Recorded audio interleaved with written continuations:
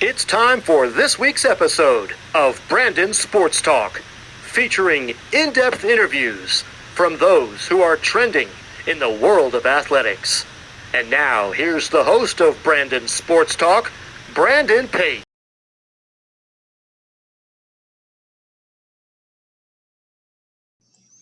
Welcome back to Brandon Sports Talk. In today's episode, I have the privilege to interview Dave Wolf, who is the public relations for the Jacksonville Jaguars. How are you doing today? I'm doing well, Brandon. I appreciate you having me on. How are you doing? I'm doing good. Can you talk about how you knew that you wanted to work in public relations on the professional level? Yeah, I think that I didn't know this job field existed. To be honest, I knew that I wanted to combine a few passions of mine. Those being sports and writing. I knew that at a pretty young age that I love sports. Their initial dream was to go to the NBA, and I could tell that wasn't going to work out. But I loved writing. I loved being around it. So I initially thought I wanted to be in sports journalism, and then kind of as I worked with UNC Charlotte's sports information department, I got the opportunity to work with them and learned that public relations was more so what I wanted to do. So once I started doing that at the college level, my immediate thought, was why not be ambitious? How can I do this at the highest level? And researched and found out the NFL and NBA teams kind of offered the same profession. So reached out to some people and was fortunate enough to make it happen. But I would say that it started from that combination of just a love for sports and a love for kind of communication and writing. Can you talk about, of course, what your time was like with the Carolina RailHawks, the football club? Yes. Yeah. So I worked in soccer, Carolina RailHawks, and that was awesome. It was definitely a good experience for me, and it definitely got me better. And I think that it was a summer internship. I think that it was something that having that experience at that level of my career was perfect because I didn't really know exactly what a non-college PR professional looked like, and it's going to look like different everywhere. But being with an amateur team like that and kind of at smaller market level than the NFL prepared me for the NFL because when you're doing PR there, man, you're doing CR, you're doing marketing, you're helping with ticketing.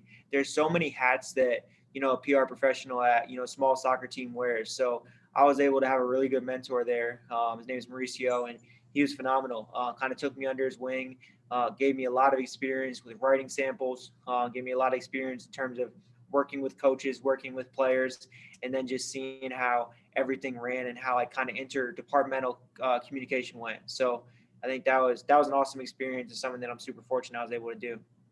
What was your time like with the UNC Charlotte in the college media relations?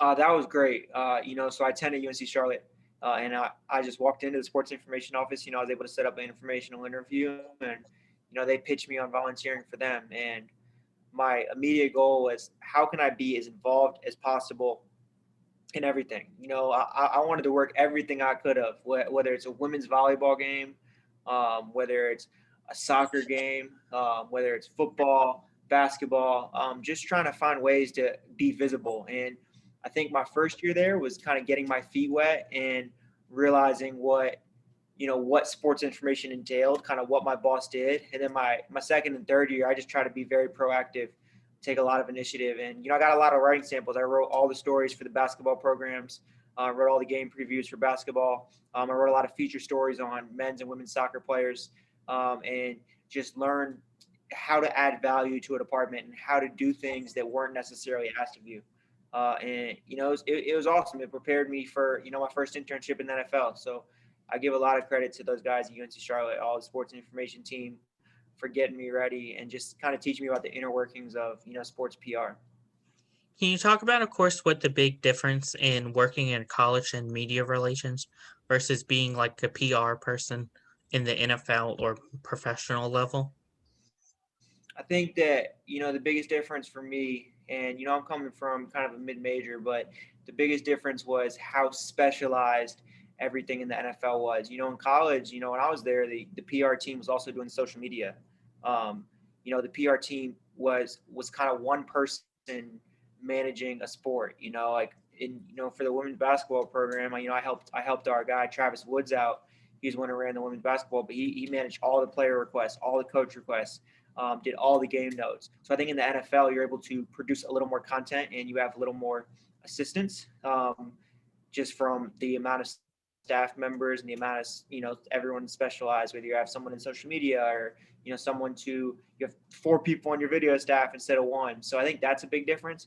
And I think another big difference is how many procedures there are in the NFL. Like everything is very regimented in terms of the scheduling part of it. It's on Monday, your coach talks. On Wednesday, your quarterback talks. On Thursday, your coordinators talk. On Friday, you have production meetings. You also have player availability those days, where in college, my bosses would deal with men's basketball and they'd sometimes be on the road this week, sometimes not, change up like what day of the week they played their games. And then the basketball season would end and they'd go to their other sport. They go to soccer or tennis.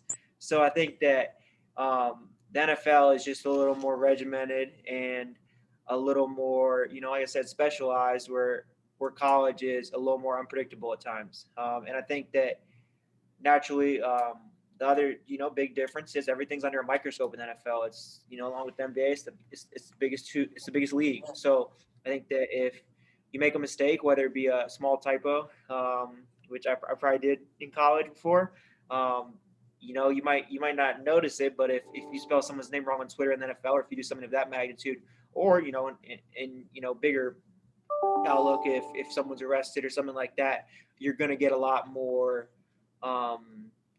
criticism or just be under a lot more of a microscope than you are in college. Can you talk about a course in college with working in the media relations, how easy it was for like somebody like me to get like an interview with a coach versus now with you working in like the professional sports with Jacksonville Jaguars? What is that process like? For sure. It's definitely different. I think for my college experience, being in Charlotte, we welcomed almost any media interview we could get. We wanted a lot of stuff, and we didn't always have that many requests, so we tried to fill as many as we could. We also try to be proactive in terms of how can we get our coaches and players, more love. How can we pitch a unique story? How can we get someone to cover us? How can we get someone to come out? Where in the NFL, we're swamped with requests, especially when you're winning, and especially with key players. So sometimes in the NFL, it forces you to be more creative in terms of, we want to fulfill this request for, this outlet, but unfortunately this player has obligations or isn't as, willing to do as much media, where we can help them out in a different way. So I think that for you, imagine you have had an experience where you may be more likely to get a response, or you may be more likely to get a college coach, depending on the level and depending on the season, on your show at all times, where it may be a little more difficult with NFL. So I think that the professional level is just kind of like I said about that microscope, and then also just the pure volume of requests can make it a lot different. But I think there can be fun things in both. I think my favorite stories are always when you kind of peel back behind the curtains, whether it be a college student's hobby, something that he does off the court or off the field, or an NFL player and their family, what they do. So I think there's similarities, but the processes are definitely very different, as I'm sure you can attest to. Of course, with you working now with the Jacksonville Jaguars, what have you experienced whenever it comes to media requests, such as trying to get like an interview with Urban Meyers, the new head coach? I think the process will be different depending on the person. I think my job is always to understand what players and coaches alike, how they, number one, would prefer to receive requests, whether that be through email, whether that be through person, whether that be a sheet, whether that be how much information they'd like to process at a time. For players, I'll often, if we have 10 requests for James Robinson, I'll bring him the 10 requests, and then I'll say, hey, here are the 2 or 3 that I think we need to do. And then if you'd like to do some of these other ones, if you know someone, or if you have some of this outlet, or here are what they're asking for. So I think that for every person, whether it be a coach or a player, the way that we bring the requests will be different. And then I think it depends on the time. It depends on, the subject. Some people just would like to talk to, Coach Meyer about, his general thoughts on moving to the area and starting, the new job, where some people might have, more of a story on what was your Ohio State experience like, or tell me about this national championship you won. So I think that it's our job to bring the coach or player as much information as we can, and then kind of go through and say, does this benefit, our organization or our program? Does it, benefit you? Does it benefit the media? Does it benefit the public? And kind of weigh, and if that can be worth his time. What are some of your roles and responsibility as a media relations? I think the major two things I probably do are, number one, kind of oversee our football information, which is the game release, managing and keeping up with the roster file, managing our football press releases, and kind of making sure everything is fine on that, which requires a lot of organization and a lot of upkeep, but it's fun because you can get creative with like the statistical research, all that stuff. And I would say, the other thing that, I've really grown in is just the player interview facilitation, whether that be mandatory requests, such as, we'll have production meetings every week that guys can't say no to, or whether that be feature stories that, are more optional, but we'd like them to do if it paints them in a good light. So working with media on that. And then I also, work with our internal broadcast team. That's more than ever internal requests. And I'll work with our sponsorship team on kind of helping them out with player requests as well. So I think those are the two things, just overseeing the information that we put out from a football communication standpoint, and then managing requests, and also like pitching requests when you do have cool things. Of course, are there any particular requirements whenever the media requests to do interviews with either players or coaches? I think we always prefer to know what they'd like to speak to the player or coach about. Preferably, to get really in the weeds, preferably the request comes through, email or phone, and you explain what you're looking to do, whether it be, if it's a podcast, whether it be, an article, whether it be a video. And then also the next thing is the subject. If you ask for 10 minutes of James Robinson's time, and you're going to ask him about his middle school coach, we'd like to know that before the interview, so we can say, hey, like, don't be surprised. He's writing a story on your middle school coach. Like, these are the type of questions that you'll be answering. So I think main requirements are the formality of it, the subject, and then for us, especially when we're fitting a lot of these interviews in between meetings and in between other obligations, giving us a reasonable time frame that you're willing to stick to. Because if there's sometimes where a player might have 15 minutes and we schedule a 12-minute interview, which means, okay, that's a 12-minute interview. But I think those are the main requirements from us. What is something that you learn now that you didn't know before becoming a public relations? I think learning how to satisfy multiple parties, and that there are more than one way to the same destination. Like when I was young in my career, and an NFL Network reporter says, "Hey, can I have Calais Campbell for 10 minutes? I want to talk about the defense."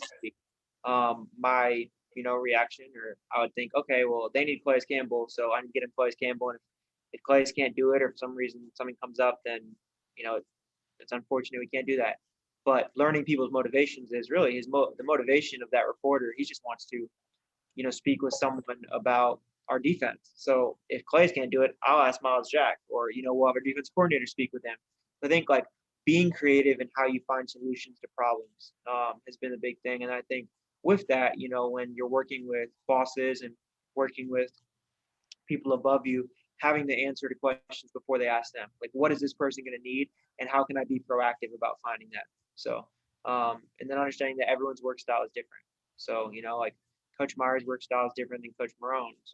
Coach Marone's work style is different than Coach Harbaugh's, and kind of learning to adapt, because that's what we are as PR professionals. We adapt to, the person who sets the tone, which is oftentimes the head coach or the general manager. What advice would you give upcoming future people looking to get into public relations on the professional level? I would say be proactive in seeking out opportunities. A lot of these opportunities don't come by just looking at teamwork online or just hoping something's posted. I would say reach out to people. One of the best advice I ever heard was be respectfully persistent. So reach out to, reach out to me, reach out to someone for another team and say, hey, I'd love to pick your brain. Hey, and then, once you gain some experience, reach out about internships, reach out about opportunities. If you can volunteer somewhere, volunteer somewhere. But I think that don't wait to get experience, and then be proactive about getting that experience. There's no way you can learn a lot from school and you can learn a lot from these PR classes, but there's nothing that will help more than tangible experience. And then when you do have that experience, make sure to take advantage of it. Because I know when, I interned in Baltimore, and it was really key for me to continue to ask my bosses, hey, why are we doing what we're doing? Like, why, how can I help with this? Or why did you do this? Or why is this process like this? Because sometimes you only get, if you're working game day, you might only get 8 hours. Working an internship, you might only get 6 months. So take advantage of that and try to learn as much as you can. And, I give a lot of credit to you, Brandon, and people like you who are doing their own show. Like, you don't, in 2021, you don't need anyone to give you an opportunity to kind of create content. So if you want to do PR for the Eagles, like, I would create PR notes for the Eagles and send it to them. Like, I would do anything you can without being asked to do it. So like I said, I love your show, and the fact that you're doing this. We don't need anyone to be able to ask us to do something to start doing it. So like I said, credit to you, and just to anyone who wants follow in my footsteps or your footsteps. I would just encourage them to be as proactive and as curious and work hard. And that's cliche, but I really think the curiosity thing can take you a long way. That's wonderful advice. What advice would you give upcoming podcasts like me that are looking to get college coaches or even professional people on their podcasts? I would, be creative in who I reach out to and how I reach out to people. Know what's a good time, and you don't ever know. Not you don't ever know. Let me rephrase that. You may not know what's a good story. And do your research, figure that out. Like, you don't need a star player of every team. There might be a really cool story from the community relations manager. There might be something that the defensive quality control coach overcame. So I would just do as much research as possible. And I would be, aggressive in a respectful way about reaching out to people and reach out to teams and reach out to colleges. I always said when I was reaching out to people, just trying to chat with them, like, if I reach out to 45 people and 2 people respond and I get 2 interviews, that's better than reaching out to one person and getting 1 interview. Like, don't let failure or lack of response deter you ever. I think that's huge. So I think, for you or any other podcast, like, what's a college, and what research can I do on this college, and what's an interesting storyline? And then, like, once you do get the interview, I would advise people to just be prepared as possible. Like with you, like the fact that you were able to ask me about the Carolina RailHawks, that shows that you don't just have a generic list of questions you ask every guest. You tailor your experience to the guest's resume and what the guest, what you've been able to research.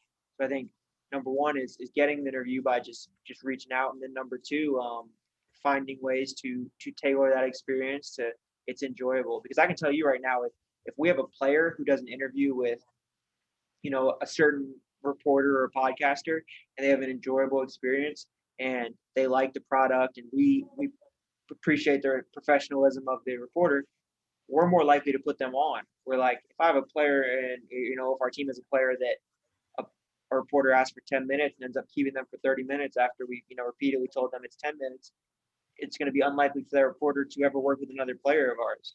It's hard to trust them. So I think getting the guest, and then once you have the guest, doing a good job of making it worth their time.